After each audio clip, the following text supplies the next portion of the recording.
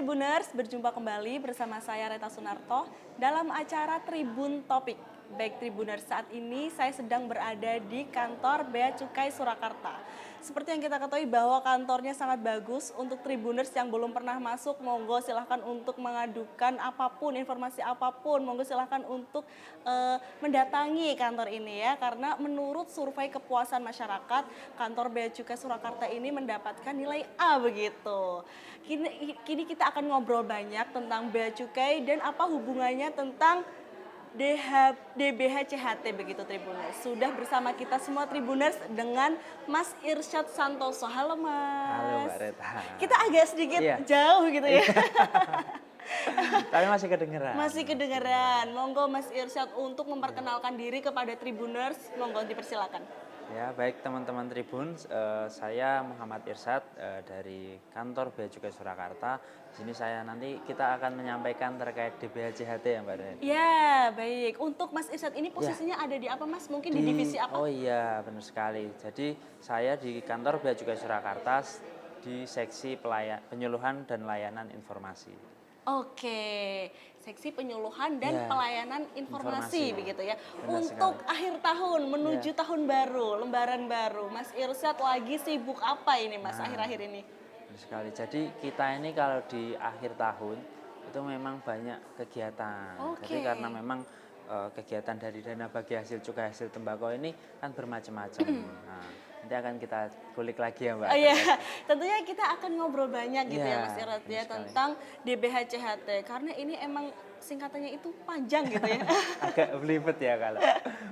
DBH-CHT tadi sudah disebutkan Mas Irsyad dan saya sebutkan tadi bahwa Tribuners ingin tahu dan harus mengetahuinya gitu ya bahwa DBH-CHT itu adalah dana bagi hasil cukai hasil tembakau gitu. Benar Mas. sekali, Mbak. Nah seperti yang kita sebutkan kita bahas ini, apa itu DBH-CHT? Monggo mungkin Mas Irsyad bisa memberikan informasi atau penjelasan lebih lanjut tentang apa itu sebenarnya Mas?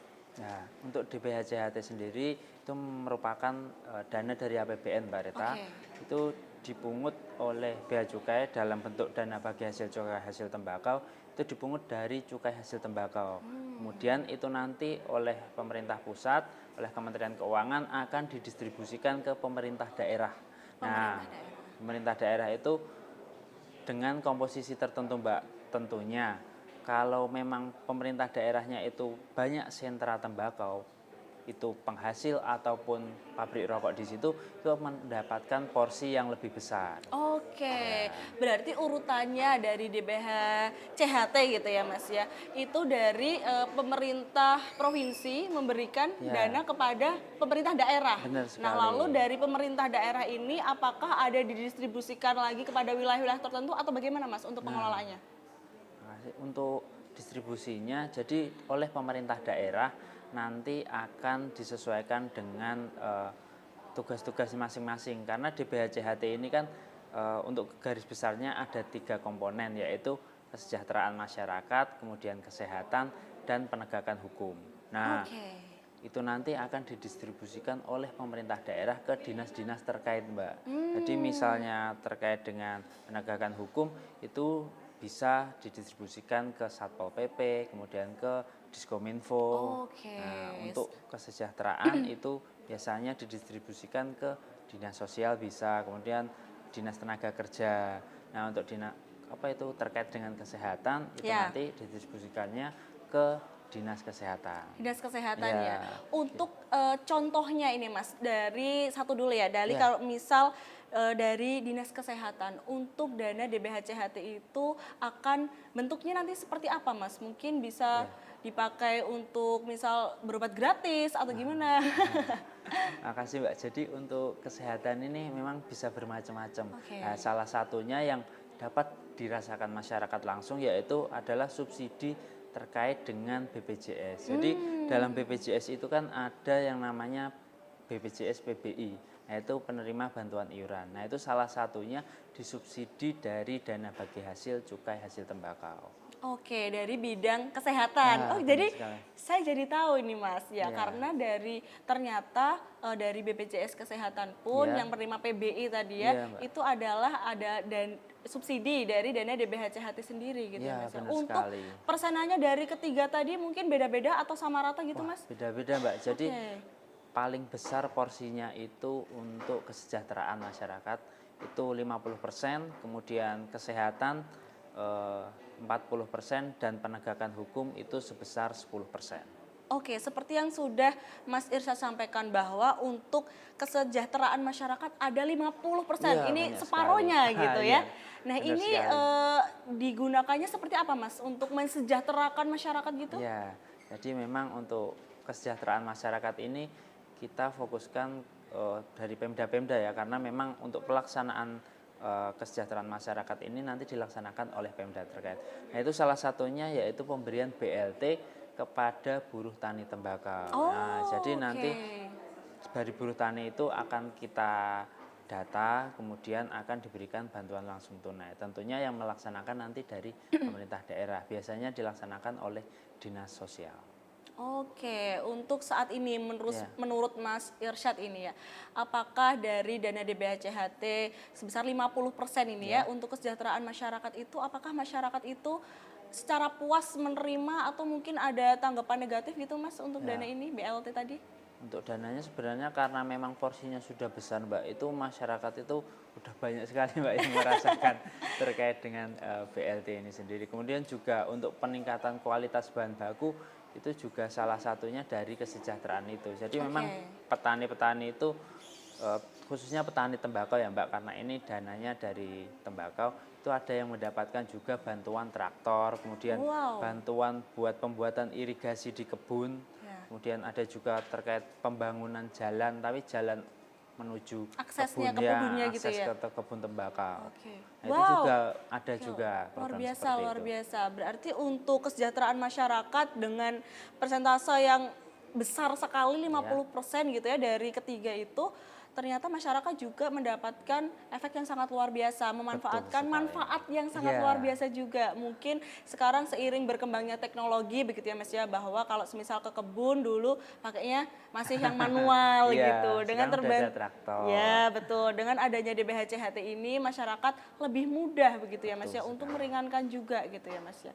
Oke, yang tadi yang 10% tadi adanya penegakan hukum, bidang Iya. penegakan hukum. Nah, ini seperti apa Mas? Nah, jadi dalam penegakan hukum ini kan dibagi lagi menjadi dua, yaitu terkait dengan pemberantasan rokok ilegal dan sosialisasi ketentuan di bidang cukai. Jadi untuk pemberantasan itu nanti akan dibidangi oleh seksi pengawasan dari Bea Cukai Surakarta, biasanya bekerja sama dengan Satpol PP Kabupaten Kota setempat.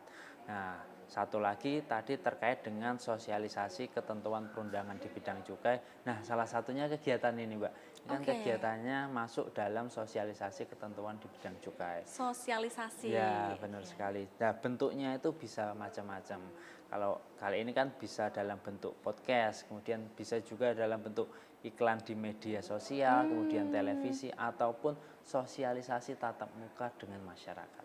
Oke, Nah, berarti itu untuk juga Mas Irsyad, bisa. oh ya, berarti banyak juga Mas ya untuk kegiatan sosialisasi yang dilakukan dari Bea Cukai Surakarta ini. Ya, Mas banyak Irsyad sekali, pernah Mbak. nggak terjun langsung bersama masyarakat untuk sosialisasi tatap Ya, muka gitu? sering sekali, Mbak. Sering sekali ya? Karena memang Sering tahun sekali, oke. kemarin sering itu, Mbak, sering sosialisasi, kemudian Pemda kan mengadakan acaranya tahun kemarin bermacam-macam, ada yang senam sehat, Sragen kan senam sehat, kemudian Ya. di acara Car Free Day, nah itu juga pernah kita lakukan sosialisasi di acara tersebut. Tentunya memang yang mengadakan biasanya dari Dinas Kominfo juga. Oke, berarti emang dari Bea Cukai Surakarta bekerja sama, Ya, bekerja berkolaborasi sama. dengan Kominfo juga gitu ya Ya, Mas ya. benar sekali. Lalu sejauh ini mungkin ada tanggapan masyarakat gitu atau langsung waduh mumpung ada Bea Cukai saya mau mengadu langsung keluhan ini. Mungkin ada review dari masyarakat gitu nggak Mas? Kalau dari review masyarakat sih mereka senang, Mbak, kalau ada sosialisasi itu. Tentunya kan mereka yang pertama menambah pengetahuan terkait dengan rokok. Kemudian yang Oke. kedua, tentu masyarakat bisa mengantisipasi tentang peredaran rokok ilegal. Tentunya kan masyarakat kalau kan nggak boleh, Mbak, Ya. mengkonsumsi rokok ilegal itu kan nggak boleh, apalagi sampai mengedarkannya. Nah, jadi dengan adanya sosialisasi ini kita dapat menjangkau masyarakat luas, Mbak. Masyarakat juga senang karena mendapatkan insight baru Iya dengan gitu ya. sosialisasi. Luar biasa. Kalau tadi di DBHCHT ini dimanfaatkan untuk ketiga tadi ya Mas. Ya. Ketiga dari bidang kesejahteraan masyarakat, penegakan hukum, lalu kesehatan gitu ya. Mungkin ada program-program dari Bea Cukai gitu Mas untuk dana-dana DBHCHT gitu? Apa enggak? Sebenarnya kalau untuk pengelolaan dana bagi hasil cukai hasil tembakau, kita memang selalu kerjasama dengan pemerintah daerah dalam penyusunan anggarannya. Kita kan selalu berkoordinasi tentang penegakan hukum, Ya. kemudian tentang kesehatan dan kesejahteraan. Nah, karena yang bersinggungan atau yang sering kita kolaborasi itu terkait dengan penegakan hukum, Mbak. Oke. Karena terkait penegakan hukum itu kan tentunya harus penindakannya itu dari Bea Cukai. Kemudian sosialisasi itu kan narasumbernya nanti dari Bea Cukai. Jadi memang kita banyak berkolaborasi di bidang penegakan hukumnya, Mbak. Ya emang harus Ya, bersinergi gitu emang ya harus Mas bersinergi, ya. Mbak. Nah kalau tadi ngobrolin tentang DBHCHT yang sudah Mas Irsa sebutkan tadi Ya. bahwa dari pemerintah provinsi lalu dikasihkan kepada pemerintah daerah. Lalu untuk pemerintah daerah yang tidak menghasilkan tembakau gitu atau mungkin tidak ada pabrik tembakau di daerahnya, apakah juga daerah tersebut mendapatkan DBHCHT itu Mas? Nah, untuk daerah-daerah seperti itu mungkin dapat di BHCHT, tetapi komposisinya tentunya beda dengan kabupaten-kabupaten yang menjadi sentra produksi tembakau, Mbak. Oh ya tentunya beda ya Mas Beda, ya. Mbak. Ya. Kalau di Surakarta, di Bea Cukai Surakarta ini Mas, mungkin ada pembagiannya itu yang dapat sedikit atau dapat itu gimana ada. Mas? Tetap rata gitu ya atau gimana? Beda, Mbak. Jadi untuk di daerah Solo Raya ya. Solo Raya ya. Solo Raya ini berbeda-beda. Untuk tahun kemarin itu paling tinggi dari Kabupaten Boyolali karena memang di sana banyak petani tembakau. Nah, untuk kabupaten-kabupaten lain itu sebenarnya masih banyak juga. Cuma paling banyak memang Boyolali. Boyolali untuk saat ini di wilayah Solo Raya begitu. Kalau balik lagi tadi Mas, kalau Mas Irsa tadi kan sering terjun langsung bersama masyarakat gitu ya. Bagaimana masyarakat ini apakah banyak yang tidak mengetahui tentang apa itu Bea Cukai gitu? Ada nggak sih Mas sebenarnya? Sering, Mbak. Sering ya? Iya, karena kan memang seragam kita ya jarang kita terjun langsung ke masyarakat memang. Jadi masyarakat memang ya asing, Mbak. Oh, Kita harus oke. pertama kalau kita sosialisasi tentunya kita kan mengenalkan diri dulu. Nah, kita tanya kantornya aja kadang nggak tahu apalagi dia cukainya. Padahal kantornya ini Iya. sangat luar biasa loh Mas. Padahal masyarakat kok nggak tahu gitu ya. Nah, iya. Jadi kita memang selain untuk mensosialisasikan ketentuan perundangan di bidang cukai, kita juga mengenalkan kita sendiri, Mbak, Oke. Bea Cukai ke masyarakat. Apa tugas fungsi kita juga sampaikan. Oke, berarti sejauh ini masyarakat emang harus mengetahui gitu ya Mas ya, apa itu Bea Cukai, seperti apa tugasnya, seperti Benar apa sekali. perannya. Dengan sosialisasi tadi, dengan tatap muka bersama masyarakat langsung gitu ya Mas ya. Untuk sosialisasi yang ditegaskan saat ini apa sih Mas? Tentunya karena ini terkait dana di BHJHT juga, kita memang tekankan terkait dengan pemberantasan rokok ilegal, Mbak. Jadi biasa yang kita sampaikan ke masyarakat itu tentang ciri-ciri rokok ilegal, Mbak. Ya. Nah, itu nanti kan masyarakat kalau sudah tahu ciri-cirinya, harusnya kan masyarakat menghindari itu. Ya. Ya, kita harapkan juga masyarakat selain mendapatkan informasi, mereka juga dapat menyebarluaskan ke sanak saudara, tetangganya, agar informasi terkait dengan rokok ilegal ini bisa berkembang, Mbak. Oke, berarti dari sosialisasi Bea Cukai terus bersama masyarakat gitu. Masyarakat mungkin yang belum ikut, belum mengetahui sosialisasi bisa menyebarkan lagi kepada teman-teman dan sanak saudara seperti apa ciri-ciri rokok ilegal gitu ya. Nanti kita akan bahas lebih lanjut mengenai ciri-ciri tersebut gitu ya Mas ya. Ya, ada sesi sendiri. Ada sesi sendirinya. Baik Mas Irsyad, mungkin yang terakhir harapannya untuk masyarakat yang ada di Solo Raya, di Surakarta dan seluruh masyarakat Indonesia, monggo Mas. Nah, harapan saya untuk masyarakat Indonesia tentunya karena dana bagi hasil cukai hasil tembakau ini berasal dari masyarakat, berasal dari pungutan cukai, mari masyarakat untuk kita kawal bersama dan kita dukung program-program yang telah ada pada dana bagi hasil cukai hasil tembakau. Jadi kalau misalnya terkait dengan program penegakan hukum, ya kita sebagai masyarakat kita dukung terkait dengan pemberantasan BKC ilegal, kemudian juga terkait dengan kesejahteraan, kita dukung juga terkait dengan peningkatan kualitas bahan baku bagi para petani tembakau.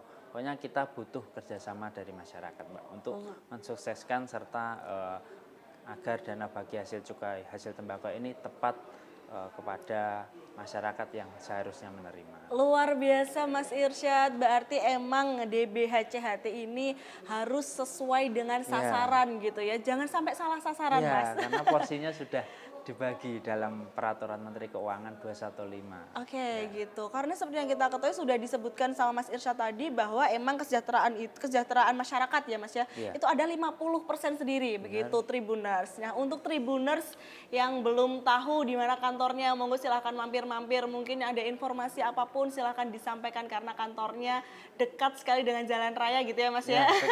Siapapun boleh masuk ya gitu Boleh, ya Mas boleh. ya. Main-main juga boleh. Main-main luar biasa. Tanya-tanya ekspor impor atau terkait cukai, boleh sekali. Luar biasa, terbuka untuk masyarakat semuanya. Baik Mas Irsyad, terima kasih sudah menemani saya untuk mengobrol apa itu DBHCHT. Mungkin masyarakat dan Tribuners belum tahu, mungkin buta akan pengetahuan itu ya Mas ya. Tapi setelah Mas Irsyad memberikan informasi tersebut, jadi tahu Tribuners. Terima kasih Mas Irsyad sekali lagi. Sama-sama Mbak Reta. Baik Tribuners, saya Reta Sunarto pamit undur diri, bye-bye.